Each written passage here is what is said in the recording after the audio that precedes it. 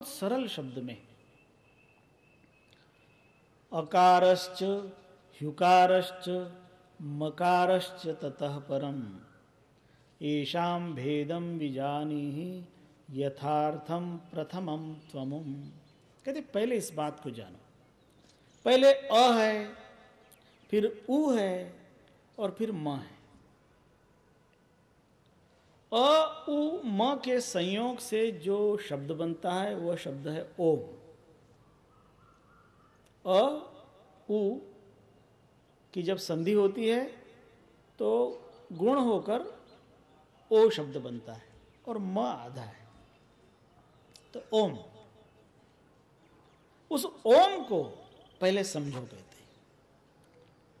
लेकिन एक जगह सदगुरु कबीर साहब ने बीजक में इस बात को दूसरी तरह से कहा है। कहते हैं यदि हम दुनिया के आदि में ओंकार को ले, ओ ओंकार आदि जो जाने, लिख के मेट ताहि सो माने, ओंकार कहे सब कोई, ओंकार बूझे सो विरला कोई। ओम ओम ओम कहकर, ओम शब्द को लिखकर मिटा दिया जाए तो कहते हैं जो लिखा कर मिटाया जाता है वो ओम नहीं है, और जो उसको ओम मानता है वह अभी भी जानता नहीं।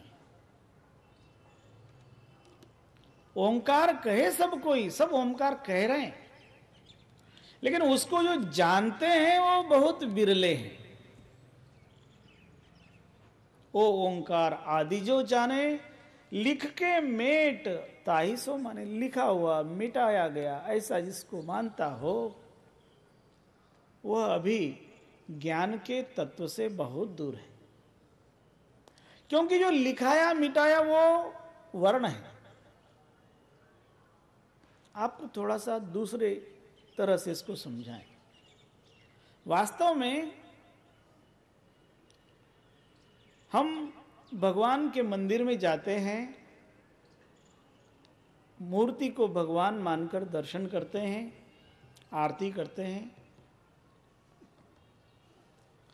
तो एक व्यक्ति ने सवाल किया कि ये मूर्ति तो पाषाण की है, आप उसको पाषाण को आप पूज रहे हो, ऐसा क्यों? क्योंकि बहुत सारे लोग हैं जो मूर्ति को नहीं मानते। तो उनको समझाने के लिए बात कही गई। जो मूर्ति है वो वास्तव में वो पाषाण है कि मिट्टी है कि धातु है, इससे उसका कोई लेना देना नहीं। वो धातु की भी हो सकती है, वो मिट्टी की भी हो सकती है, वो कागज पर लिखा हुआ चित्र भी हो सकता है, वो सबका हाल एक ही है। यदि चित्र है वो भी मूर्ति है। तो यदि आप चित्र की पूजा कर रहे हैं और आप आरस की मूर्ति की पूजा कर रहे हैं, दोनों समान है। तब जो मानता नहीं है वो कह रहा है आप ये जड़ पदार्थ है, इनको क्यों पूज रहे हैं? तब वहां ये बात समझने लायक है। वास्तव में जो मूर्ति है वो उस जड़ पदार्थ से, उस मूर्ति का कुछ भी लेना देना नहीं है। आप छोटे बच्चे को जब पढ़ाना शुरू करते हो और उसे क ख ग घ लिखाते हो, स्लेट पेंसिल दिए हुए हैं हाथ में, वो बच्चे का हाथ पकड़कर उसको सिखाने वाला उसका हाथ घुमा घुमा कर लिखाता है कि ऐसा गोला लगाना, फिर ऐसी खड़ी पाई लगाना, फिर दूसरा गोला लगाओ और फिर ऊपर टोपी पहनाओ तो क होता है। ऐसा क लिखाया और बच्चे को कहा कि बेटा इसको क कहते हैं। अब बेटा मान लेता है। लेकिन वो बेटा यदि सवाल करे कि इसको क क्यों कहते हैं, इसको ख ग घ ऐसा क्यों नहीं कहते? इसको आप क ही क्यों कह रहे हो? इसको च कहो। तो जो पढ़ाने वाला है वो क्या जवाब देगा? उसके पास क्या जवाब है? पढ़ाने वाले के पास कोई जवाब नहीं। उसको यही कहना पड़ेगा कि बेटा इसको क मानना पड़ेगा, क्योंकि ये परंपरा से चला आता है। हमको भी जिसने पढ़ाया उसने इसे क ही बताया, इसलिए मैं भी तुम्हें कह रहा हूं और तुम्हें भी इसे क मानना है। तो वो बेटा उसे क मान लेता है, और जो लड़का उसे क नहीं मानेगा वो कभी लिखना पढ़ना नहीं सीखेगा, क्योंकि उसे उस संकेत को स्वीकार करना पड़ेगा। जब तक उस संकेत को वो मानेगा नहीं, तब तक उसके जीवन में पढ़ाई संभव नहीं। तो ये जो मूर्ति है ये भी उसी तरह के संकेत है। बालक को वो संकेत बताया गया है, और जब तक व्यक्ति के जीवन में सार शब्द का अनुभव नहीं होता तब तक वो बालक ही है, चाहे वो 90 साल का हो जाए। वो 90 साल का बच्चा है, कोई 99 साल का बच्चा हो सकता है।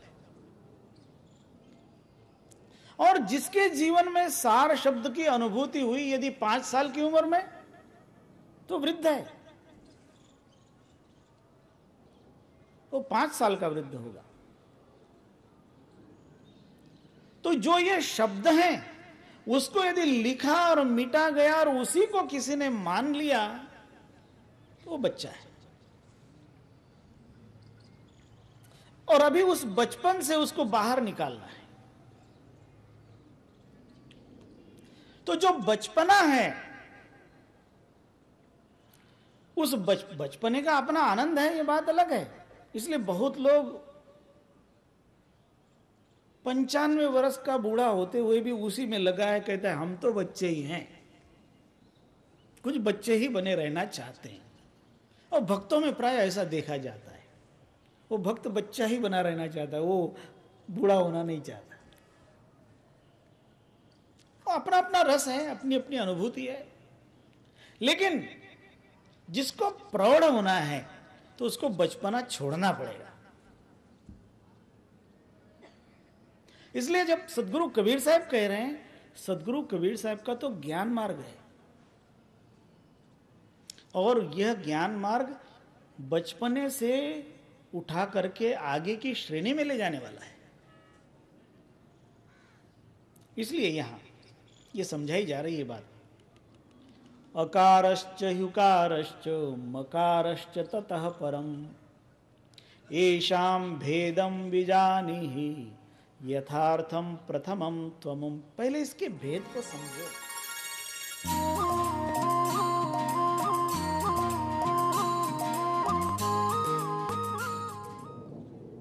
जब बालक क लिखता है, क पढ़ता है, और शिक्षक ये कहता है कि बेटा ये क है, बालक उसे मान लेता है। लेकिन जब वही बच्चा बड़ा हो जाता है और भाषा शास्त्र का विज्ञानी हो जाता है, अनेक भाषाएं जानने लग जाता है, तब वह कहता है कि अरे ये क नहीं है, क्योंकि यह क हिंदी में अलग लिखा जाता है, गुजराती में अलग लिखा जाता है, तमिल में अलग लिखा जाता है, उर्दू में अलग है, तेलुगु में अलग है। तो उनमें से कौन सा सही? हिंदी का सही कि बंगाली का सही कि तमिल का सही? वास्तव में न तो सही हिंदी का है, न तमिल का, न तेलुगु का, क्योंकि अन्य भाषाओं में वह संकेत अलग अलग तरीके से दिया हुआ है। अब उसे समझ में आता है कि यह क वास्तव में क नहीं है, यह लिपि है, यह स्क्रिप्ट है, और जो स्क्रिप्ट है वो संकेत है। और इसलिए अब वो समझेगा कि ये जो क लिखा गया वो सही नहीं है, लेकिन क जो बोला गया है ना वो क है। वो चाहे तमिल में क बोले तो भी क होगा, वो उर्दू में क बोलेगा तो भी क होगा, वो चाहे जिस भाषा में बोलता होगा वो क होगा। इसलिए जो क का लेखन है, वो जो आलेखन है, वो जो संकेत का, वो मिथ्या है, झूठा नहीं है, वो मिथ्या है। लेकिन क का जो उच्चारण है वो सही है, क्योंकि वो क हर भाषा में, हर अवस्था में जैसा है वैसा ही सब बोलेंगे। बोलने वाले की भूल के कारण कोई क को च बोलने लग जाए, कभी कभी कोई शिक्षक भी ऐसा हो जा सकता है। एक शिक्षक था तोतला, उसका तोतले पढ़ने के कारण वो कायम क को च बोले। बच्चों को पढ़ाने लगा तो बच्चों को पढ़ाते पढ़ाते कहता है, बेटा च चहो च। तो लड़के बोलते हैं च, और वो सुनता तो सही है। तो वो बच्चे को कहता है, अरे बच्चे च नहीं, च चहो च। तो बच्चा कहता है च, वो बोलने वाला ही च बोल रहा है, तो बेटा क्या सीखेगा? जाका गुरु है आंधरा, चेला खरा निरंध, अंधे अंधा पेलिया, दोनों कूप परंत। जिसका गुरु अंधा हो और चेले को तो दृष्टि है ही नहीं, उसकी तो खोलने की बाकी है, तो अंधा गुरु उस चेले को धक्का मारे। कभी कभी देखने में आता है, जो प्रज्ञा चक्षु लोग होते हैं ना, वो चलते हैं तो एक प्रज्ञा चक्षु का दूसरा प्रज्ञा चक्षु पीठ पर हाथ दिए हुए रहता है, और जो सामने वाला होता है उसके हाथ में लकड़ी होती है, और उस लकड़ी में कुछ इशारे होते हैं, जिन इशारों के कारण उन संकेतों को पकड़ कर वो देखता है कि कहाँ गड्ढा है कहाँ नहीं है, और उसको सब फॉलो करते हैं। लेकिन ज्ञान के क्षेत्र में यदि ऐसा हो तो पहुंचेगा कहां? और इसलिए ये जो ज्ञान का क्षेत्र है, इस क्षेत्र में अंधा गुरु नहीं चलता। अंधा गुरु मतलब अज्ञानी।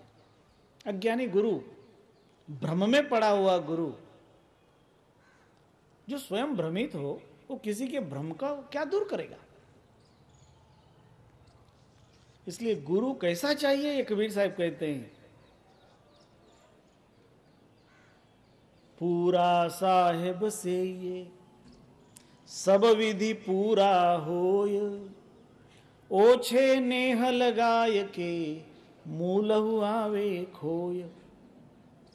तो साहेब वो पूरा होना चाहिए, सब विधि पूरा होना चाहिए, कहीं भी अधूरा ना हो, क्योंकि अधूरे का संग करने से व्यक्ति कभी पूरा नहीं होगा। इसलिए तो गंगा सती जी कहती है पान भाई को कि अधूरियानो संग नहीं करने की बात है। जो आधा है खुद, वो दूसरे को पूरा कहां से करेगा? और दो आधे मिलके भी पूरा नहीं होता। पूरा जो स्वयं पूर्ण है, पूरा साहेब से ये सब विधि पूरा होय, उस साहब की सेवा करो जो सब तरफ से पूर्ण है, ज्ञान से पूर्ण, ध्यान से पूर्ण, चरित्र से पूर्ण, हर तरह से जिसके अंदर पूर्णता, और उस पूरे को बांटने की क्षमता। क्योंकि बहुत से पूर्ण ऐसे होते हैं, वो पूर्ण हो लेकिन वे उस पूर्णता को दे नहीं सकते, वो अपने आप में पूर्ण है लेकिन वो किसी और को पूर्ण नहीं कर रहे। जो अपनी पूर्णता दूसरे को दे भी सके, वही गुरु वास्तव में समर्थ गुरु है। और वो ऐसे समर्थ गुरु के सानिध्य में रहने से व्यक्ति के जीवन में पूर्णता आती है। वही भेद को प्रकट कर सकता है।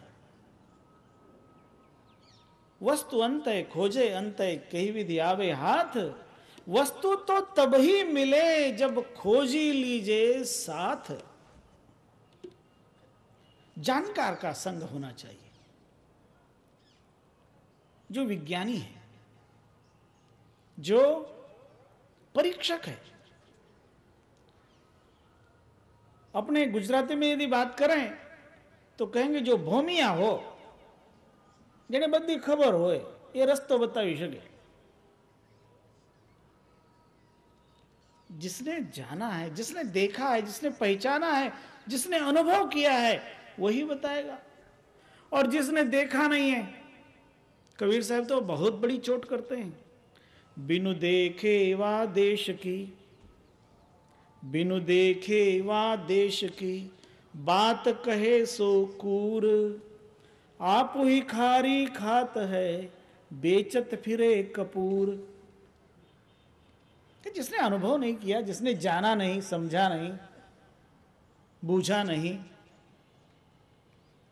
और वो कह रहा हो उसकी बात, जो कभी अमेरिका नहीं गया और वो अमेरिका की बात करने लग जाए, तो उसकी बात में तो भूल होगी, निकलेगी भूल, क्योंकि उसका खुद का अनुभव नहीं है। बिनु देखे वा देश की, बात कहे सो कूर। आप